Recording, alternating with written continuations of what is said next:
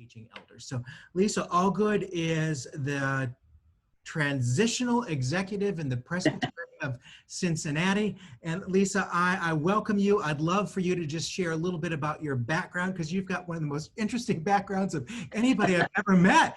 And it's like, wow. So welcome, and we're glad that you're with us today. Thank you, Darius. Thank you for having me. I am an immunocytochemist by training. I graduated from the University of Medicine and Dentistry, New Jersey back in 1985 and started in the pharmaceutical industry. I spent 36 years in 3 different companies running primarily clinical studies, first dose to man, medicines to man, and also working with regulatory boards of health around the world, the FDAs on 5 continents. But I started in the immunology lab. I ran a group called flow cytometry for Merck Sharp and Dohme back in New Jersey. I grew up in the New York City area. And some of the first work I did were on 2 different viruses. One is rhinovirus, the virus that causes a cold. There are various types of those, but also one back then that was called HTLV4, which eventually became known as HIV. So that's my sort of virology background. The fact that I am now the executive presbyter in Cincinnati is a proof positive of God's sense of humor, that he would put an immunologist in as presbyter during a pandemic. And I was only supposed to be here 3 months. I was only supposed to be here to keep the lights on while a search was done for, I will say, a real presbyter.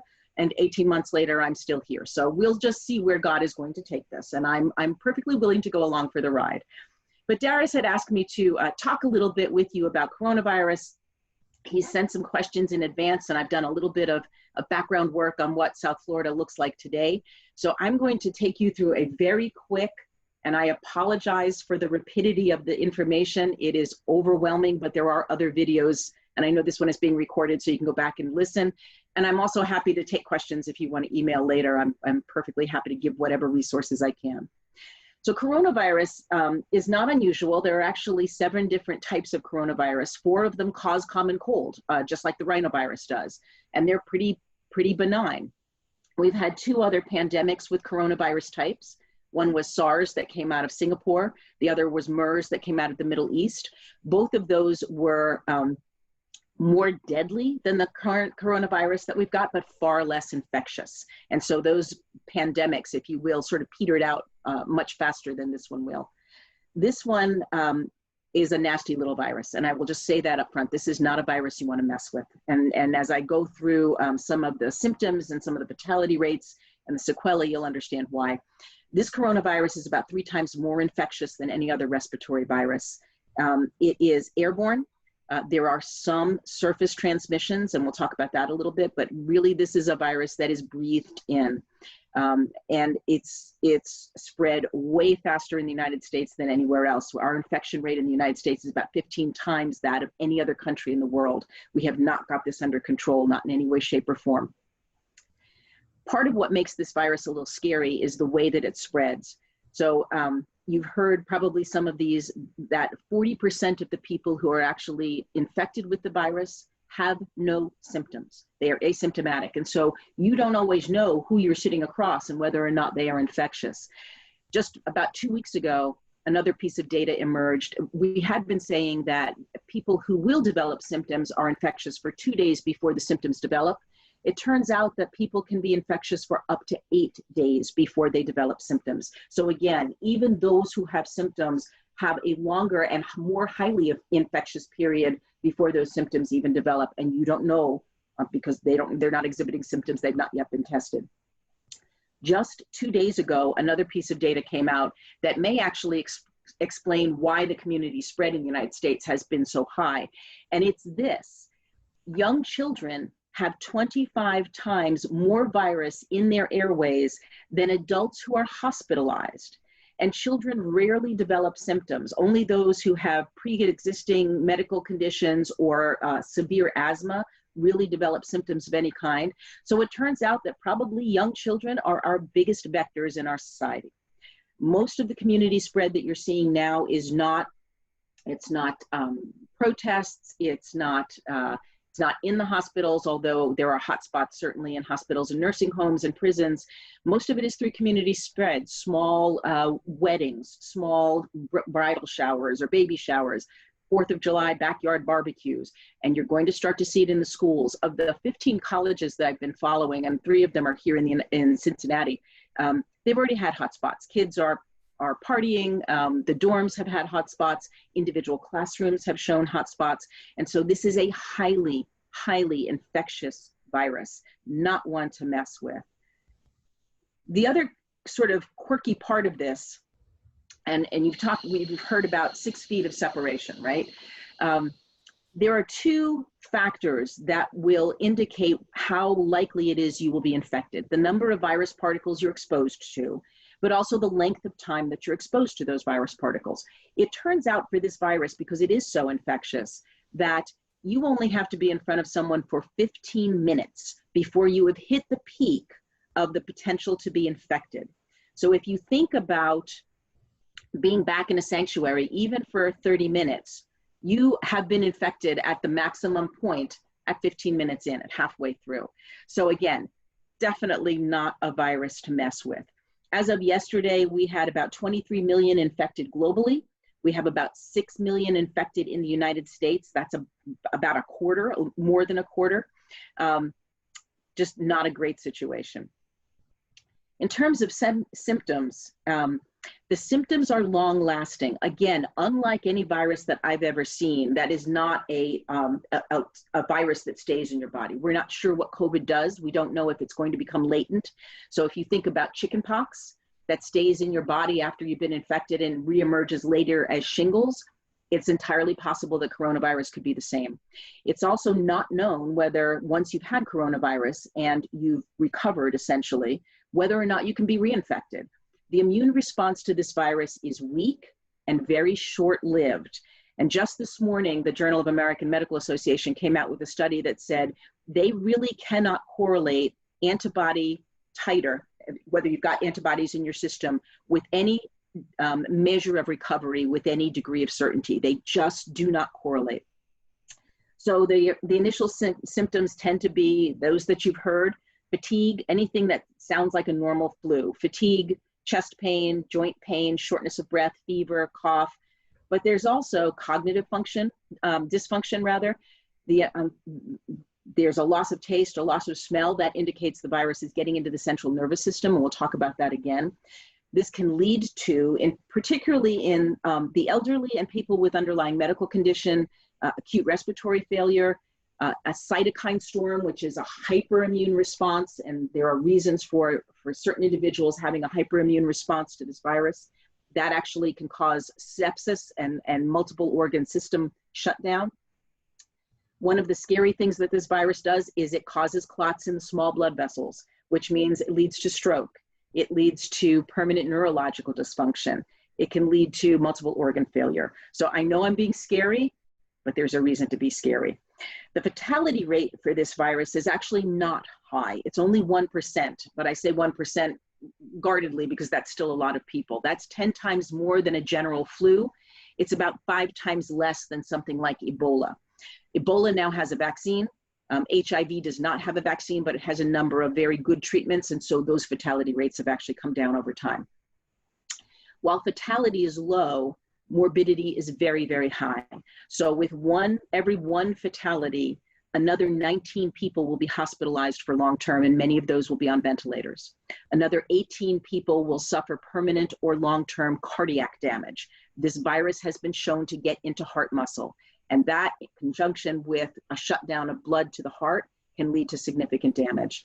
For every 1 death, there will be 10 permanent lung damage. I've seen CAT scans of young cross-country female runners, probably some of the generally most healthy lungs you'll ever see, and there is permanent scarring in the base of the lung because of the fluid that's been there. For every 1 death, there will be 3 strokes. For every 1 death, there will be 2 permanent neurological dysfunction. And for every 1 death, there'll be 2 permanent cognitive dysfunction. So again, the sequelae of these viruses and the long-term significance of these is not to be underestimated. One of the studies just recently was published said that 2 months after hospitalization, only 12% of the people who are released are symptom-free. And so you will see they're called the long haulers, the people who have everything from increased hair loss, which I have to confess, nobody understands why that is, but continued shortness of breath, continued fatigue, continued cognitive dysfunction. We're seeing hotspots come up again around the world. So it's not just the United States right now. France, Spain, Italy, Germany, the UK, New Zealand, who thought they'd eradicated the virus, Israel, South Korea, Poland are all experiencing spikes again. So this virus is not going away globally either. Treatment is actually proving to be quite difficult. So all of the original tests that were done with products that are used to treat flu failed. They do not work in the coronavirus. The only two things that have been shown to work, and just yesterday another study came out that questioned the first one, is something called remdesivir, which is an antiviral, and then dexamethasone. When this infection starts, the trick of treatment is to try to reduce the number of replications of the virus in the body. And so an antiviral like remdesivir will help that. It actually helps prevent the virus from attaching into a cell so that it gets into the cell and can replicate. And there were early studies that said it was actually reducing hospital stays by 4 days or so. That's actually pretty significant for this disease. Later in the immune response to this virus, because there is a tendency to have the immune system over-respond, you actually want an immunosuppressant. You want to reduce the amount of the immune response to make it just the right amount. It's a little bit like a Goldilocks story. And that's what dexamethasone does. It is an immunosuppressant. That steroid actually helps. Anticoagulants also help so that we don't get as many clots. The other thing that has been shown to be very helpful is to put the patient in a prone position. So actually lay them on their stomach, because it actually takes the weight of the organs off the lungs. It allows the lungs to inflate a little bit more readily. It increases airflow throughout the lungs. It allows blood flow to the heart to be a little bit better regulated. And it actually then can reduce anything that the ventilator might create in terms of long-term lung damage. So a prone position is actually just a simple turn the patient over from their back to the front. Convalescent plasma has not been shown to be helpful. Early studies were hopeful that patients who had recovered where plasma could be taken, the antibodies in there were showing some promise. Right now, that's showing nothing. And again, the antibody study that came out yesterday morning that said they cannot correlate antibody titer with recovery in any way, shape, or form shows that these antibodies are not very, very strong, and they really don't last very long. The longest we've been able to find antibodies after a particularly nasty illness is 4 months. And after that, they seem to wane.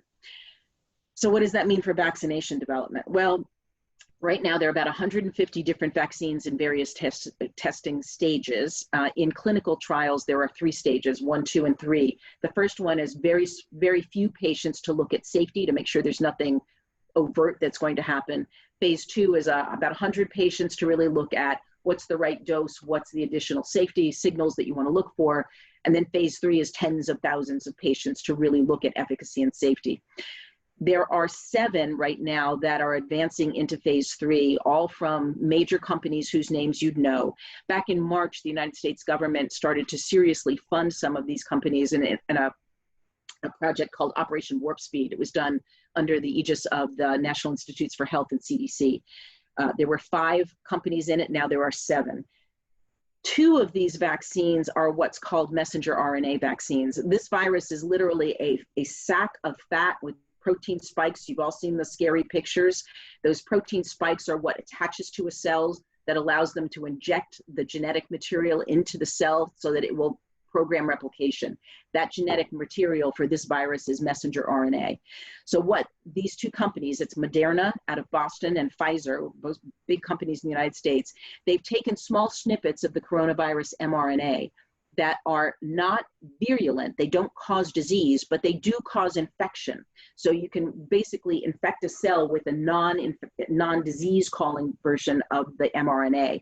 And that allows the immune system then to recognize it and produce antibodies and produce another kind of immune response to it, which we'll talk about in a second. The problem with the mRNA virus is that they've never been commercialized in the United States. There is not an approved mRNA vaccine available commercially. The other problem is it needs to be kept at about -70 degrees Fahrenheit. So it makes it very difficult to transport, very difficult to just store in a little clinic or a doctor's office. The other 5 vaccines that are in development, it's J&J, Sanofi, and GlaxoSmithKline have partnered together. AstraZeneca, which is actually out of the UK, is working with the University of Oxford. Novavax, and then Merck Sharp and Dohme, which was my first company, are all working with a very standard, very traditional vaccine development program. They take one of 2 different kinds of viruses, adenovirus or stomatitis virus. They attach to it the protein from the coronavirus. And then that's an attenuated virus, so it doesn't cause disease, but it is infectious. And that then allows the immune system to be primed against the protein on the coronavirus rather than the genetic material. That's a very standard way to make a virus.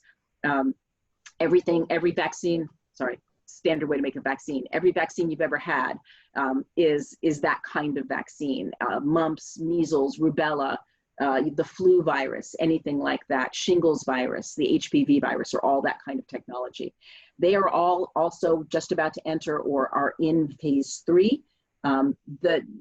The interesting issue is that the timing to get a vaccine to approval is honestly at this point going to depend on the number of volunteers to get into these clinical trials, because these do tend to take 30,000 people per. It's entirely likely we will have a vaccine or 1 or 2 vaccines in the first quarter of 2021. It's not likely that most of us on this call will get vaccinated until the 2nd or 3rd quarter of 2021, just because they have to make so much. And it's likely that the first responders, the medical personnel, hotspots, nursing homes will be the first to get the vaccine. That said, we're probably going to have several to choose from. It's also not known, because of the poor immunity naturally that we're beginning to see, at least in terms of antibody production, it's entirely possible that this is going to be a vaccine that requires boosters, so it won't just be a single shot. It's also likely at some point that it might be an annual vaccine. It might be one you get along with your annual flu shot. That said, please get your flu shot this year. You do not want to have to overwhelm the medical system with a lot of flu cases because you didn't want to get vaccinated. And anything at this point you can do to prime your immune system is a good thing. So I'm going to shake my finger at you. Make sure you all get your flu shots. That's pretty much the download at this point. I have looked at the South Florida counties, and I'll give you a website that you can look at. And what I've been telling the churches here is pick one website, and I'll give you a couple of examples, but this is the one I really recommend. And just use the data from one website. If you try to compare data across websites, you're going to end up confusing yourself, because they all report at different times. They're reporting from slightly different sources, and it's really hard to get them to match up. The one that I've been using is one called COVID Act Now. It's covidactnow.org. It actually, when you pull it up, it'll pull up a map of the country. You can click on your state, and then it will allow you to go county by county. What it does is it actually gives you a color coding, green, yellow, orange, red, on 5 different criteria, everything from the infectivity rate to the number of new cases, to the number of hospitalizations, to county by county ICU utilization. So how many ICU beds are there and how many are actually occupied, and then death rate. That's a great way to use 5 different objective medical and medical utilization measures to actually benchmark where you are. In Ohio, the state of Ohio has a similar system just for the state of Ohio. They actually do it across 7 measures. Of course, their colors are different, so I can't match them up. But I also have Kentucky and Indiana churches, and so we actually use COVID Act Now for those. But pick one and stick to it. So don't try and jump around a little bit. As I've looked at COVID Act Now for Florida, you have a significant number of new cases still on a day-to-day basis. That makes many of your counties in the red zone, or at least the orange zone. The infectivity number is going down. That means the virus is still spreading, but it's spreading more slowly. That's a good thing. And that's likely due to masking. Masks make a huge difference. And Darius, if you want, I'll send you a video that actually shows the value of a mask. Please, please, please wear your masks. Wait, please do send that to us. And that first site you talked about, Lisa, that Yes. is on our website under Perfect. the Ministry Resources tab. Good. Yeah. And it's a good one to use. It's actually, it tracks very well with CDC, which is the other website I use. You can also use the CDC website that will also give you county by county information. But COVID Act Now sort of puts it all into a nice package for you. The thing that I worry about actually in South Florida is your ICU bed utilization is very, very high. So that means if you get a spike, you're going to have a hard time really dealing with those who are seriously ill. And so again, mask, physically distance, all the things you've been heard, wash your hands, and we'll talk a little bit about what that means from a sanctuary standpoint in a second. This virus is not going to go away. This virus is one that we will likely be living with for a very, very long time. Vaccination is going to take care of part of it. I've had a lot of questions on herd immunity. Herd immunity is defined as 70% of the population has some degree of immunity, either on a short-term or a long-term basis. It's unlikely we're going to get to herd immunity on this in any time. Most of the vaccines that are under development are predicted to be effective in about 50% of the population at the first go. If we get multiple types of vaccinations, we might get there better. But if you look at what Sweden did, they actually, when this hit Europe, they tried to get to herd immunity by not masking, not putting out physical distancing guidelines, not allowing large gatherings, and they had the highest per capita death rate in all of Europe. So even their own medical system is saying that failed, and we're not going to be able to do that in the US. Going out and getting yourself infected may mean that you have long-term symptoms, but it also may mean that you're not completely protected. It's not like the immune response that you get is going to be very protective. That said, there is a different type of immunity that we haven't done a very good job of measuring. We tend to think only about antibody titer.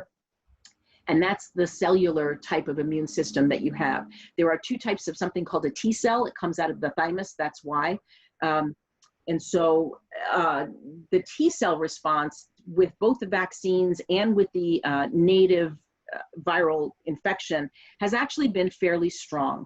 That T cell response is actually what recognizes the virus when it comes back into the body and then primes the rest of the immune system to respond. So that's the other factor of immunity that we're actually now beginning to study, and that actually looks like it's a little bit more durable.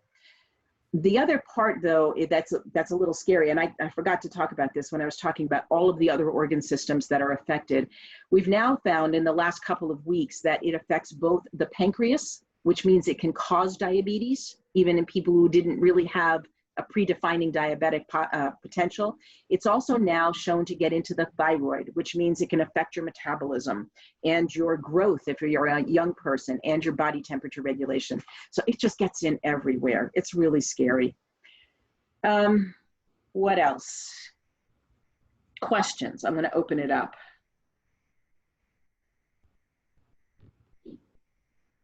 I know I'm a harbinger of joy in the morning after you've had such a beautiful worship. Is there any, thank you, Lisa, so much for coming, and thank you so much. Is there any studies on those that get the virus but don't show any symptoms? I mean, is there a DNA pattern of that kind of person who is able to walk around with it and not get sick? It's a really good question, and the answer is no, mostly because most of those people have not been tested. If you remember early on, we had so few test cases, and part of that was the reagent that was used in the test at that time wasn't available. They actually had to go make it. So no, the answer is no. We haven't actually studied them. I can tell you the medical community is confused. They don't know why children don't get symptoms the way they don't get symptoms. There's a lot of theories out there about their immune system isn't primed enough. It's primed just right. The adults that don't get it, they tend not to have underlying medical conditions. So that's part of it. They tend to be healthier. They tend to be younger, but that's not enough to explain it. And so some things have emerged. These are not things that will make you risk-free, but somehow they make the risk of infection and or really developing a medical condition on the back of infection reduced. And that, believe it or not, is blood type. That's not unusual. There are other viruses for which blood type can be somewhat protective. For this virus, if you have an O blood type, you're actually apparently better protected than if you have A or B. There are other viruses for which if you have A or B, you're better protected, and nobody knows why. So there's nothing that's been done genetically that says this genome protects you better than that genome. It tends to be general health and and some other stuff that we don't know. We really don't. I mean, we've only known about this virus literally for 9 months now. And we are learning every day. A follow-up question? Of course. One of our musicians, the guitar player, more than a month and a half ago, was his roommate, one of his roommates was just, I don't know, exposed, had no symptoms, got tested. The other roommates didn't catch it, but our guitar player did. And he still is testing a month and a half later as positive, even though he still doesn't have any illness. So I tried to do some scientific research on it. And they said that there is a smaller viral load in those people that do not, because we were all around him doing worship. We weren't close by, but we were around him recording our worship, and nobody got it. Yeah, so, you know, that it may be true that for certain individuals, there's a lessened viral load. Nobody knows why. But remember what I said about kids who don't get symptoms. They have 25 times the viral load that someone on a respirator in the hospital has. So viral load doesn't always correlate to symptoms. And the fact that, you know, the fact that he was asymptomatic just for him, if he had less virus in his system for whatever reason, remember I said your chances of getting infected are predicated on the amount of time you spend with that individual, as well as how many virus particles you've been exposed to. So I'm going to say you got lucky. Because if he had a very big viral spread, especially if you're making music with him without a mask on, and we can talk about going back into the sanctuary and what I've been telling other presbyteries and my own presbytery now for 8 months, you got lucky. And that's not a risk I'd want to take. Praise God. Lissa, it's Don Atkins in Broward County, Palm Beach, Pompano. Two-part question. Could you talk to K through 12 schools returning to in-person? And secondly, we have a K through 8 school that's currently on virtual, and our school board is discussing if the day comes that we bring them back into the classroom, even though we're going to do masks, or we're planning for masks, there's a time when they have to eat when they take their masks off. So can you talk to both of those the more general about K through 12 and the taking off the masks to eat? Yeah, I mean, again, some of this is going to be, this is just Lisa's opinion, and so there's not a lot of data, but I will tell you that state by state, governors are putting different ages on a mask mandate. Some of the states are saying 10 and above only, some are saying 5 and above. Based on the data that just came out 2 days ago, I would say every child gets masked. That would be first and foremost. And every child, as best as they possibly can, get socially distanced. There's a Christian school not too far from my house that my daughter went to. I was actually on their board of trustees for years, and they literally spent the summer creating plexiglass booths, if you will, for the kids. It's a smaller school, so they can actually do that. They are back in person. They've already had a case because none of these kids are isolated. So one of the CDC roundtables that happened a couple of weeks ago with physicians, the most impactful thing that was said that I came away with said, if you've been around 10 people and the 10 people you're with have each been around 10 people, then you've been around 100 people. None of us are completely isolated. So you can isolate a kid in a classroom, but they're going to go home to their family, and there's probably playmates at home at their neighborhood. And so you really can't control in any reasonable way what the infections are going to be like. And if you bring people together, and so this transmits also to churches, you raise the chances for infection as soon as you put them in an enclosed space. Children are particularly tough. They don't like the masks. I get it. I don't like them either. But you could put them out on a playground, and chances are pretty good those masks are going to come off. And chances are pretty good they're not going to know what 6 feet looks like. When we started back to worship, a couple of churches here in Cincinnati started back outside. They actually made sure that people understood children under 6 couldn't come because they don't understand that they can't run up and hug Uncle Bill. That's just not in their nature. So we actually sort of encouraged that the little ones would have to stay home. The other thing that little ones do is they touch. There are toys, there are books, there are manipulatives. That's how they learn. And I have huge heart for the American Pediatric Association, who has suggested children should go back to school just because of the socialization that they need and the community they need. But it's tough to keep the infection down. The virus has been shown to last about 3 to 4 days on an impermeable surface, so plastics, doorknobs, light switches, wooden pews, and about 1 to 2 days on a permeable surface, and anything that's paper-based.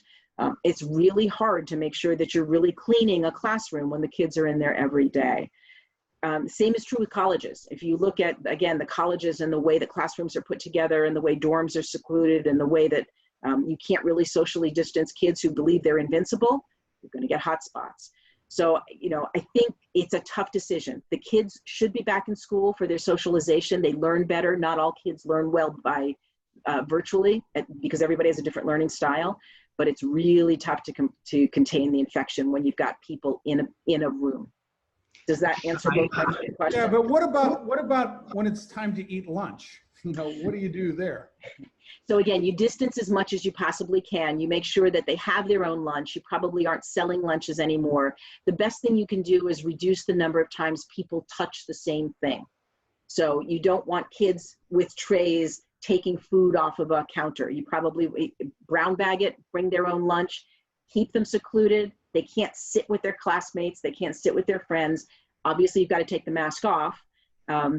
So even in a restaurant, I don't know what South Florida is doing, but here, all of the restaurants are socially distancing by at least 6 to 12 feet, and you're allowed to take your mask off only when you're seated. Once you get up to go anywhere or leave the building or go to the restroom, you must have the mask back on. And it would be the same in a lunchroom. So, Lisa, I see that Barbara Overton has her hand raised, so I'd like to recognize Barbara. Sure. Hi, Lisa, this has been fascinating. Thank you for this information. You've kind of touched a little bit on this, but could you talk about the difference between indoors and outdoors and the impact of air conditioning and those filters that they're willing to sell you for like $3,000? Yeah, let's talk about that, because I wouldn't recommend those. So the best thing you can do is, if possible, and I understand completely that South Florida is an air-conditioned state. I get that. Ohio's not quite that bad, although we've been hot. Outdoors is better because you've got natural airflow away from people.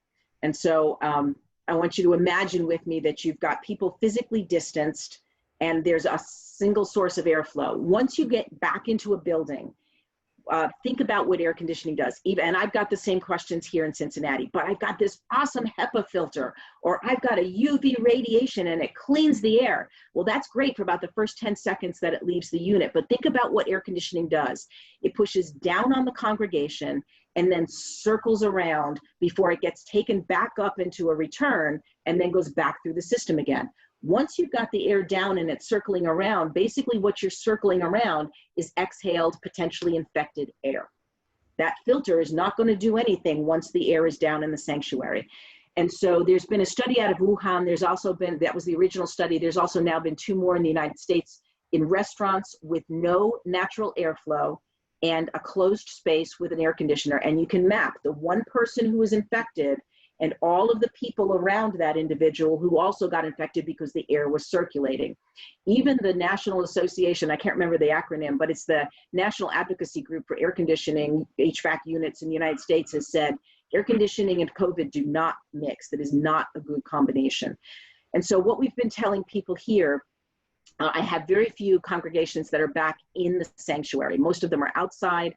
I have my churches that go all the way to the edge of Appalachia, so very tiny, very rural churches. I've got big urban churches, I've got big suburban churches, and I have little churches in Kentucky and Indiana as well. A lot of those are outside, as long as they can be. They're still socially distanced, they're still masked. The ones that have gone back inside are small, can socially distance, and can mask. And what we've told them is, if you need air conditioning, air condition the sanctuary for the couple of days before anybody goes in, and then turn it off for the 45 minutes that you're in there, because everybody's services are abbreviated now. So that at least the air is cool, but it's not circulating. You're not pushing it around people. And then as soon as they leave the sanctuary, put it back on, and that's fine. The same with UV. So the trick about UV radiation is that there are 4 different types. There's A, B, C, and D. each virus is subject is subject to being killed by one of those 4 types of UV. So if they're telling you, I've got a UVD light, it might or might not affect coronavirus. It might affect a different virus. The other thing, and again, it's that same dynamic. It's great for the time that it leaves that unit, but as soon as it goes down over people, it's not doing anything anymore. The other thing to remember is, and again, you're not going to be necessarily sitting under it, but UV radiation is what causes skin cancer. And so you've got to be a little careful of that too. You don't want to be irradiating your congregants. So it's, you know, it's a little bit disingenuous at this point, I think, to say that a filter will clear the air. If you're working in a small enclosed manufacturing space that requires sterility, that's different. That's not your sanctuary. The other question I get is, I'm going to preempt another question, is about singing. You know, everybody loves our Presbyterian hymns. Believe me, I'm a prenatal Presbyterian. I know them all by heart. However, singing is like a 4-minute sustained cough. And a cough travels at 40 miles, 50 miles an hour. A singing person, and again, Darius, I'll send you another video on this because there's some backlit studies that Yale did that shows how far particles go in a trained singer, or even somebody who's just belting out a hymn. And it's basically 18 to 24 feet. So 6 feet of separation is not enough to keep you from being infected if the person around you is singing without a mask. I can tell you singing with a mask is not easy because every time you take that big breath, you're basically breathing in your mask. It's better than nothing. I've got churches here who are actually humming, which is better yet. Not perfect, but humming. And they're actually having a blast with it. They're having a lot of fun. So I've told churches here that singing is not a good idea. I've got one church that is singing, but they're masked. And the rest of them have stopped. They have, and even the church that's singing is only singing 1 or 2 verses of the hymn, so they're keeping that at bay. We also here in Cincinnati are blessed to have the Cincinnati Conservatory of Music. So many of my churches have young opera students who come and sing for them. And what we've told them now is only 1 or 2, so not a choir. That's been proven over and over again to be a hotspot.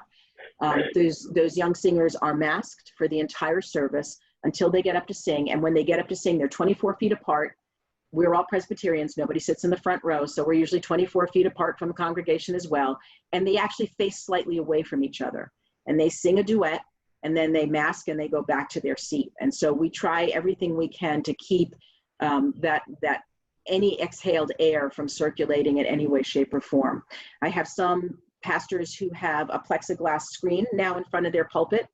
That's great. Plexiglass screen actually protects you from mucus particles, but it doesn't protect you from circulating air because you're still breathing the air in. The same with a face shield. It's great to protect you from getting a mucus droplet in your eye and being infected that way, but you're still breathing the air underneath it. So if you look at the medical personnel in a hospital, they're wearing both. They're wearing both a face mask and the shield. And so the shield is not a substitute for a mask. And you can preach with a mask. I've proven that. Lissa, I hope you'll just talk very specifically about worship and whether or not you believe churches should be open for in-person worship now. I'll tell you that I don't believe they should. We have a few that are. And I think it's going to be a while before churches can do that. And I think it's going to be quite a while. And I personally believe that churches should be putting in their plans now for how to do Advent and Christmas online. Absolutely. So yeah, I think when you think about when vaccines are going to be widely available and the fact that we're about to go back into flu season, I don't know what flu season is like in Florida, but here in Ohio, it can be pretty bad. So we are going to not only have multiple respiratory infections running around that, at least at the outset, are going to be difficult to distinguish one from another. Obviously, the longer term sequelae of coronavirus is very different than natural flu.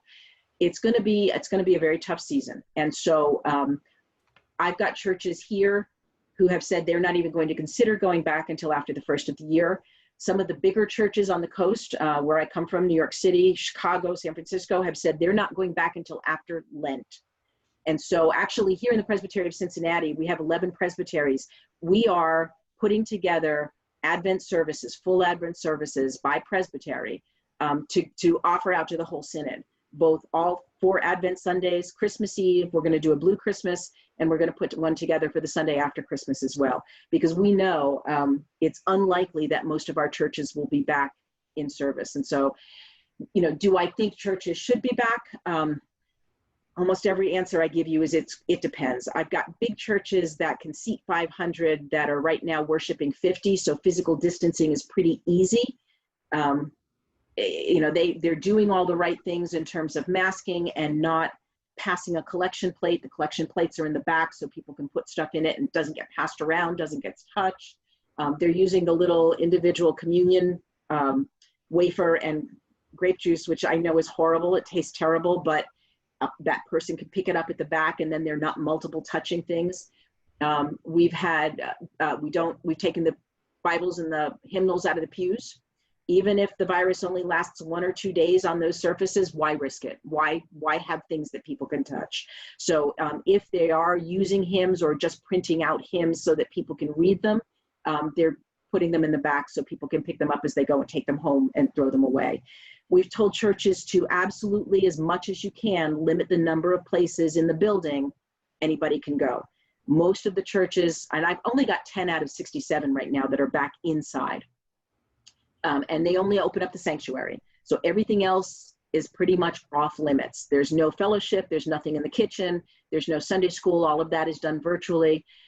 If a church needs to use the bathrooms, actually what the one church who's doing that is done is they've marked off 6 feet in the hallway that leads to the bathrooms, and they allow one person in at a time. They actually have alcohol wipes in there because they had a medical supply contact. And so whoever goes in then wipes down anything they've touched with the alcohol wipe, and then the next person goes in. If you've got groups that are meeting in your building and you feel like it's important for you to get them back, Alcoholics Anonymous or Boy Scouts or whatever it is, try to restrict them as well to a single room so that you don't have multiple rooms that you've got to worry about over time. The question has come back to me, if the virus only lasts for 3 to 4 days on an impermeable surface, if I've got people back in the sanctuary and that's the only room they're in, and I just close it off for the rest of the week, is that good enough? And the answer is probably yes, but there are probably still surfaces you'd want to clean, doorknobs and anything that gets touched multiple times by multiple people. As much as you possibly can, if you've got sanctuaries where the window's open, or you can create a cross ventilation with a door open or something like that, you should be doing that.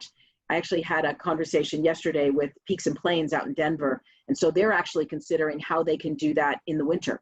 And basically they said, everybody's got North Face, we'll bundle up and we'll keep the windows open and we'll heat in advance. But we, at some point you can't worship outside there. So everybody's doing something slightly different to keep it going.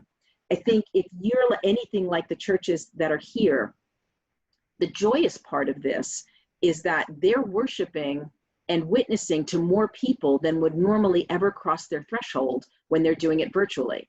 Or those who are doing it outside in their parking lots, they're witnessing to their neighbors. How cool is that? Most of the churches are flat to up in giving. I don't know if that's sustainable, but that's where they are now. And I think almost every church that is able to do some kind of virtual worship is learning that, you know what?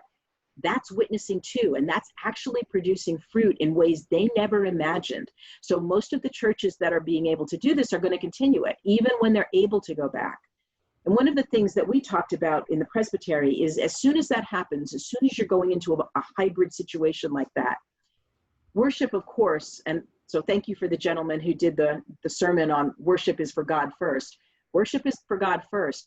But then the secondary focus of your worship has got to be the people online. Because as soon as you make them feel like the kid you set to bed while the party's still going on downstairs, you're going to lose them. And so they are actually, at this point in the pandemic, doing the better Christian witness by staying home and keeping people safe. And so you want the people who are in the sanctuary to be witnesses to the fact that you're worshiping the triune God and you're really focusing as much on the people online as you are on the people in the pews. So it's been a really interesting way for us to turn around what is the focus of what we do. And we've actually started to talk about this time. This is a liminal space.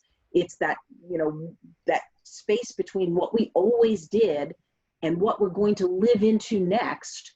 And we're taking that time to really explore that and say, what is the essence of worship?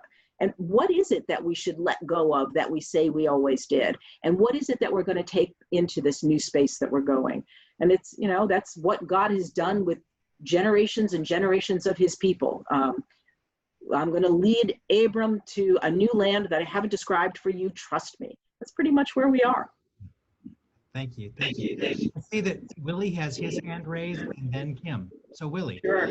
Hi, Lisa. Good morning. Good morning. I didn't have anxiety before this morning, but now I have anxiety. Thank you. If you had the choice of actually going to a church, sitting down in a pew, or staying home, it sounds like, just to be safe, you would stay home. I will, my answer might be a little bit different. I'm staying home as much as I can because that way I get to look at 20 different sermons instead of just going to one. So that's actually really fun for me as a presbyter.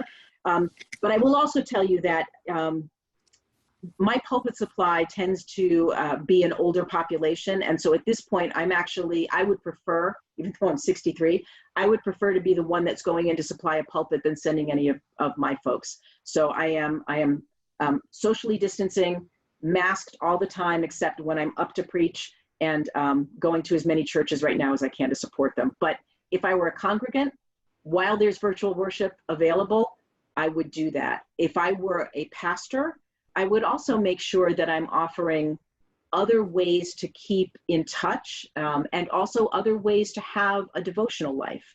I think one of the things that we've learned is that, although I love the idea of community, and we've obviously been teaching people that community is an important part of worship, we may also have taught them that the only way they can worship and the only way they can have a devotion is in a group, and that's not true. And so I think we've got to figure out what that balance looks like. Yep. And the other thing I would tell you, Lisa, is we have a school, and then we have groups chomping at the bit to come back, and we're not really, after listening to you, what I'm going to suggest to our elders is not to have any outside groups at this point, because I don't think it's worth it. Obviously, finances, our school and the church finances are not, they weren't really, believe it or not, it's gonna be a surprise to you. I don't know how it works up there, but we didn't have extra money before this hit. Yeah. So we don't have extra money now. And I tell my people, we're one little speck of virus from closing everything down. And if that happens, then, I mean, obviously the kids don't have a place to go. The teachers don't have jobs. And then the church is in deep trouble. So our thing is to be cautious. And listening to you today, taking this seriously, but this is very, very serious thing that I think as a church, it's better.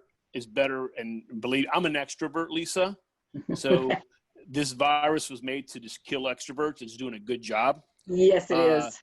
And so, but listening to you today, I'm more inclined not to meet, not to have groups, not to be careful, to have stuff in the parking lot and things like that. And here in Florida, you got to have air conditioning, but it is what it is. Thank you very much for your presentation today. You're welcome. I will also send Darius. So Darius, you're going to get lots of love notes from me today. Good. A lot of our churches have put together a decision tree on when to go back, how to go back, how do you do that? And they're doing it on the back of either COVID Act Now or the Ohio system, one of the two. So it's color coded. And I've told sessions that here, at least, this is not a one and done decision. You're never going, over the next 8 to 9 months, you're not going to decide one time to go back and that's it. Chances are, if there's a spike, especially as the fall hits, you're going to have to close again. And so make sure that you have a really good communication plan, that you know how to get a hold of everybody, and you know what the decision is that you're going to make. And if you can, base it on those outside objective scientific medical things, as opposed to you've got somebody pounding on the table saying they have to go back. I mean, that said, and I don't mean to reverse what you just experienced, is that there are ways to do it. I mean, I think, again, if you have the space and you can distance and you can mask and you've got a session who's willing to police all of that, and you can clean and you don't sing and you have a 20-minute service and that's enough, there are ways to do it. So I wish you well. I know that's hard. And I'm an extrovert too, so I understand that as well. And I think Kim has her hand raised, and then Linda. Kim. Okay, thank you. Thank you, Lisa. I'm wondering if in your head you have a timeline of when you talked about the vaccines and when everyone might actually be able to be vaccinated. Do you have in your mind some kind of timeline of when everyone might be vaccinated? And I guess my question is, do you see, I guess congregations are coming and worshiping already and maybe at different points, but is there a time that you see it being more safe in terms of that first wave of vaccination or when everyone's vaccinated? I'd love a little bit of your thoughts on that. Yeah, I think it's a good question, and I don't really have a good timeline, but I can tell you that every single one of those 7 big companies that I mentioned who are now in the process of testing their vaccine are also taking the financial risk of making the vaccine in advance.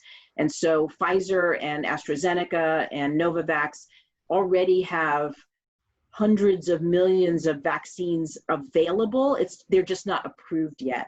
And that's a huge risk for these pharmaceutical companies. I can also tell you that one of the other joys of this, honestly, when you're looking for joy as a scientist, I guess, is that this has really become open source data. And that's not something that the scientific community and the pharmaceutical industry generally does. That data tends to stay fairly close to the vest until they're ready to publish it. But that's not the case here. So, if this continues and if there are multiple vaccines that are eventually cleared, I think, assuming that some of them will require boosters and some of them are not, I mean, they're all not just for the US, also understanding that not everybody's ever going to be vaccinated. There are just too many people out there who still don't believe in vaccines, who are nervous about these not going through the right channels with FDA. And I can tell you they are. FDA is being very cautious. I would be looking at June, July next year. That's sort of my very high level predictive. Thank you, Lisa. Linda. Hi, Lisa. Hi. I'm ruling elder Linda McLeod from Trinity, Key West. I have been a victim of this virus, just getting over it. I have to be retested again. But my question is, I'm tearing down everything in my room right now as when I finish. But my worry is my children. I have my daughter and her 3 kids here with me, and I thank God for them being here. Their tests came out negative, and I don't know how I picked this up, as you say, in passing, and it was just like a cold coming on. I thought I was catching the flu or something.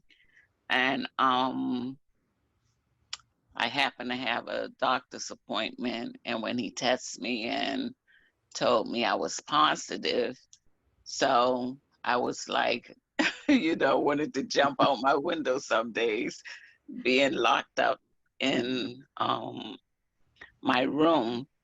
But my question is, what do I do now that I'm cleared, but not cleared because I have another test to go through? My surrounding with my children, I go outside in my backyard since I've been able to come out. But now I'm truly afraid of even being surrounded by anyone other than what's in my household. But then I'm afraid of something happening to my household. Sure. So I think getting repeated tests is good.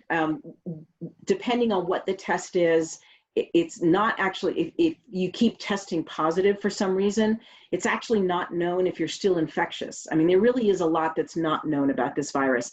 It's possible that these tests are picking up fragments of the mRNA, and that makes the test positive, even though you're not actively infective anymore. I think the best thing you can do, particularly if you've got little ones, is, as much as you possibly can, you be masked all the time.